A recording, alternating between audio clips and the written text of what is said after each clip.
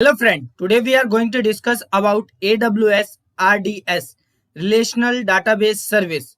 What is this and how does it work and what is the benefit of this? We will cover all this thing in this video. So if you are new on our channel, so please subscribe our channel and hit the bell icon to get update more first. So let's start.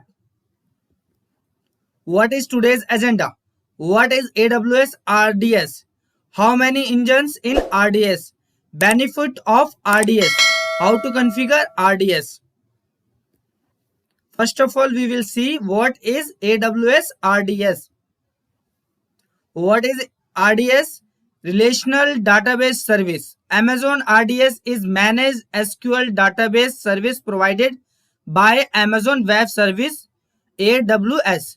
Amazon RDS support an array of database engine to store and organize data and help with database management tasks such as migration, backup, recovery, and patching. A cloud administrator uses Amazon RDS to set up, manage, and scale relational database instance in the cloud. The service also automatically backup RDS database instance, captures a daily snapshot of data, and retain transaction log to enable point-in-time recovery. RDS also automatically patches database engine software to enhance availability and reliability for production workload. Amazon RDS enable replication. An admin can also enable automatic failover across multiple availability zones with synchronized data replication. An AWS user control Amazon RDS via the AWS Management Console, Amazon RDS API, or the AWS command line interface. Amazon RDS database instance. A database administrator can create, configure, manage, and delete an Amazon RDS instance, which is a cloud database environment, along with the compute and storage resources it uses. Depending on which database engine an admin chooses, he or she can spin up multiple database or schemas. Amazon RDS limit each customer to a total of 40 database instances per account. AWS impose further limitation for Oracle and SQL Server instance. A user can only have up to 10 of each. How many engines in RDS?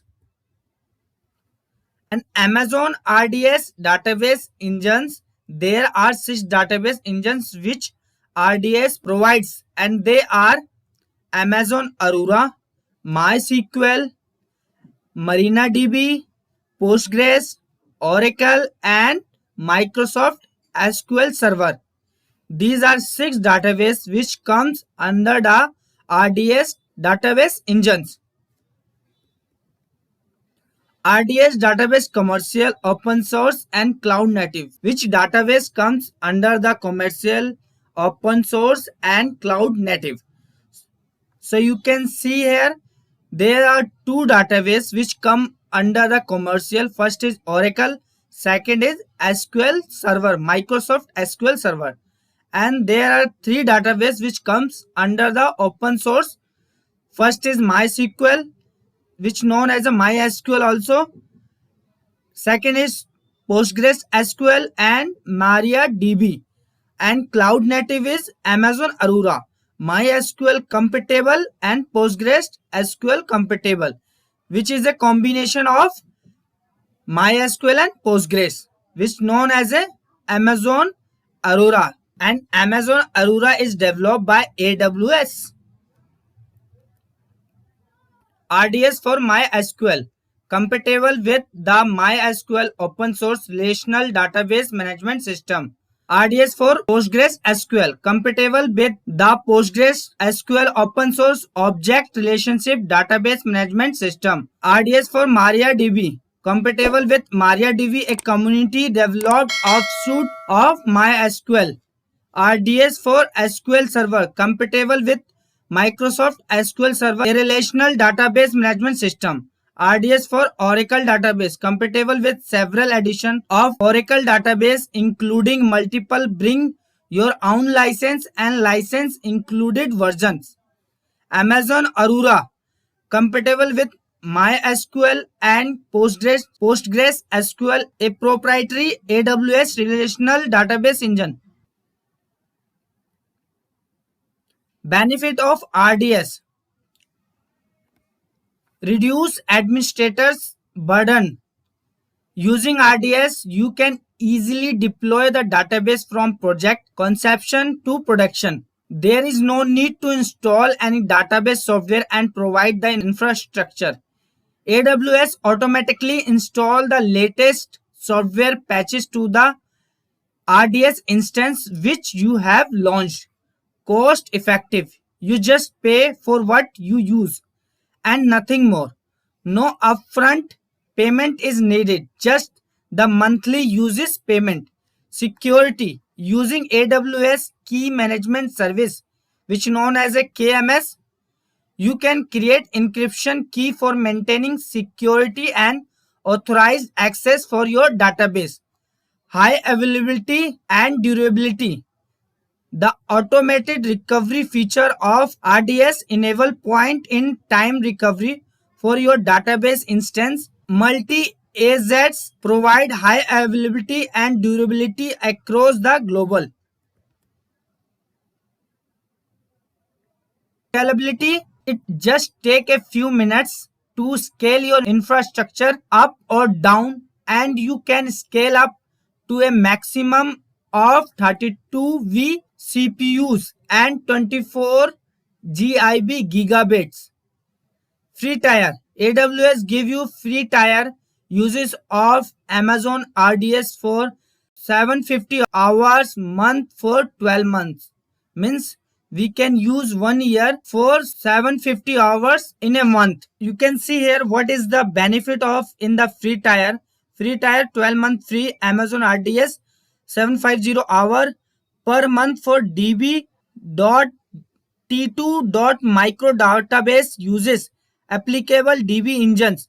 Manage relational database service for MySQL, Postgres SQL, MariaDB, Oracle, BYOL or SQL Server.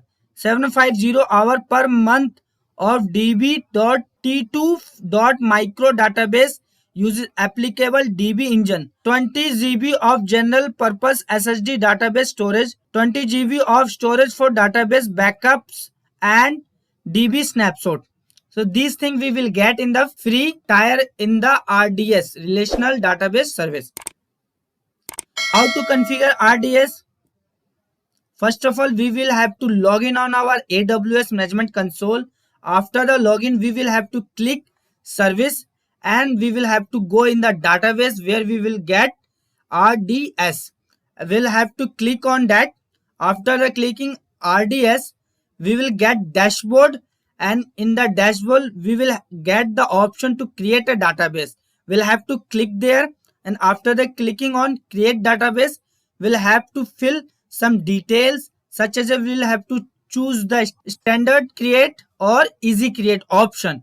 So after the choosing it, we'll have to select the engine option: Amazon Aurora, MySQL, MariaDB, Postgres, Oracle and Microsoft SQL Server. After the selecting engine option, we'll have to choose and select version of the edition, such as we have selected MySQL, so we will have to choose here latest version of MySQL. And after that, what we have to create? We'll have to create a production RDS, test and dev RDS, or for free tier. So we'll have to choose here as a free tier. After the choosing these, we'll have to move on setting option. We'll have to put the database name and credential setting. Put the master username and password and confirm the password. After that, we'll have to fill DB instance size. We'll have to select here DB instance size, storage type, allocated storage and thresh. Maximum storage thresh we'll have to put here. And after the filling this detail, we'll have to select database authentication, password authentication or password and IAM database authentication. We'll have to choose. We will keep it as a by default and we'll have to click here create a database. After the clicking we will get that our RDS server has been created on our portal and we'll check on that portal.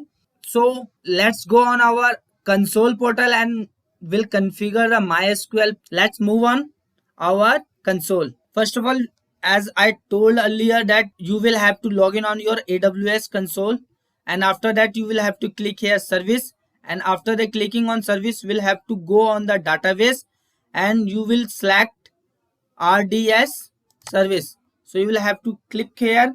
After the clicking there, a dashboard will be open. You will see here earlier their resources and you will get here some option also. Here are some option available such as a create a database. We'll have to click here create a database and after that we'll have to select here standard create or easy create. We will keep as it is recommended by the AWS. After the choosing standard create and after that there is option of engine option. We will select MySQL and we will select here option of community. We will select latest version of which one is 8.0.20. It is the latest of version of MySQL community. We will select latest version of MySQL and after that there are templates available production dev server you want to create or free tier. We will check here free tier. Now move on setting where we will have to put the DB instance identifier. We will put here ONSDB. After that we will have to move on the credential where we'll keep it as the master username is admin and we'll have to put password 1234 and confirm password 1234. We have to give here as an example. We will not keep 1234 password. Now select the DB instance size. There are lots of DB instance size. You can select one of them. We have choose earlier free tier. That's why we are getting only one option which is db.t2.micro option. It is not highlighted because of this that we have select free tier. Okay, you can choose one of them if you are going to configure dev or production server. So you can select one of them. After that we'll have to select and choose storage type, general purpose SSD or provision IOPS SSD and magnetic. Allocated storage 20 GB. You know that we have choose earlier free tier. So due to that we have select 20 GB and enable storage auto scaling. Maximum storage threshold we have put here 1000. Availability and durability you can choose one of them. Earlier we have choose free tier, due to that we are not getting any option here. And connectivity you can choose default VPC. As we have choose default VPC you can choose anyone. After that database authentication you can choose password authentication, password and IAM database authentication. And after the filling all this information you have to click here create database. After the clicking on the create database your database will be created. I hope this video is helpful for you. So please like our video and subscribe our channel and support us on Patreon. We need your support. So please support us on Patreon and you can join us on our community after clicking on join. So you can join also. Thanks for watching.